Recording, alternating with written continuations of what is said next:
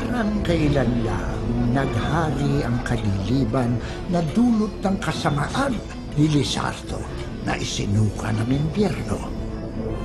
Ngunit isinilang ang nilalang na handang manindigan laban sa kasamaan. Wala siyang takot, hindi siya sumusuko. Si Flavio ang katuparan ng propesiya laban sa hari ng kadiliman. Ito ang kanyang kasaysayan.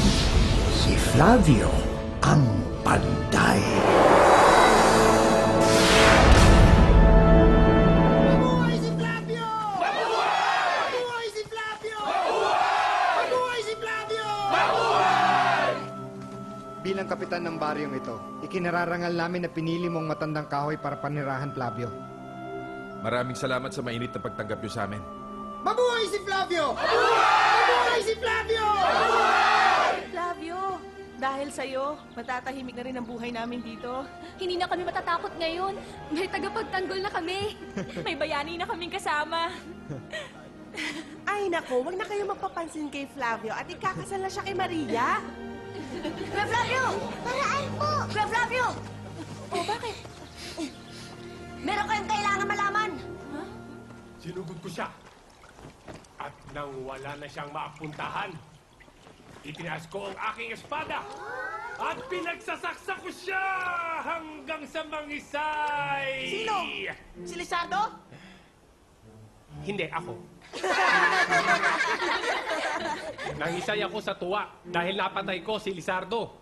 Sabi ng tatay ko, si Flavio ang pumatay kay Lizardo. Yun ang sinasabi nila. Pero, ang totoong pumatay kay Lizardo ay ako! Talaga lang, ha?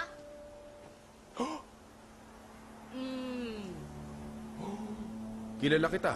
Sabi niya, siya raw pumatay kay Lizardo.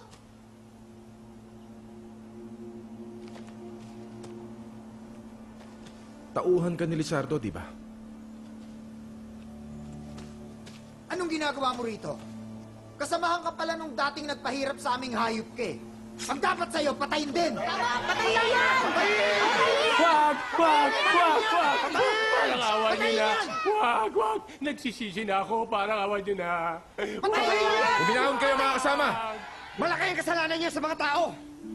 Sandali, pakinggan niyo ako. Nilukuban lang ako ng kasamaan ni Lizardo. Wala akong magawa.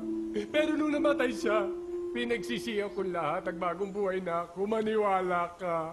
Nagsisisi na ako. Hindi kami naniniwala sa'yo! Maniwala kayo, Flavio. Nagsisisi na ako. Totoong nagsisisi ka na. Totoo. Mga kasama, kung hindi natin siya bibigyan ng pagkakataon, paano niya mapapatunayan na nagbago na siya? Para sa'yo, Flavio, hahayaan naming mabuhay ang taong yan.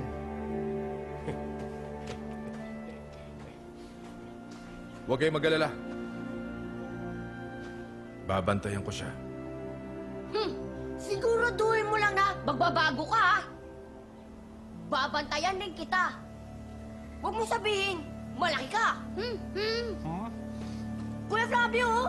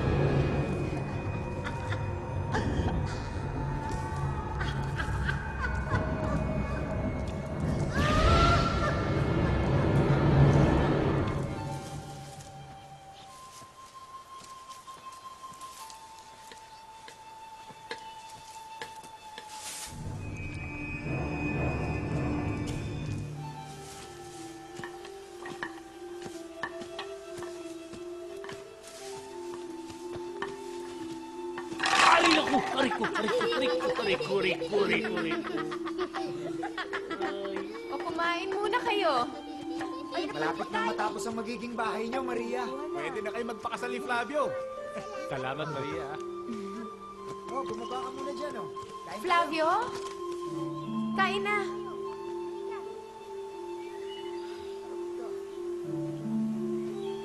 Kuha na.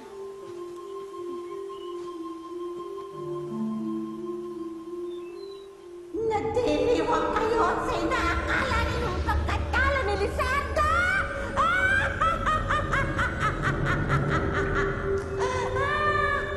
Nagtatagdag kulang! Nagpapalakas!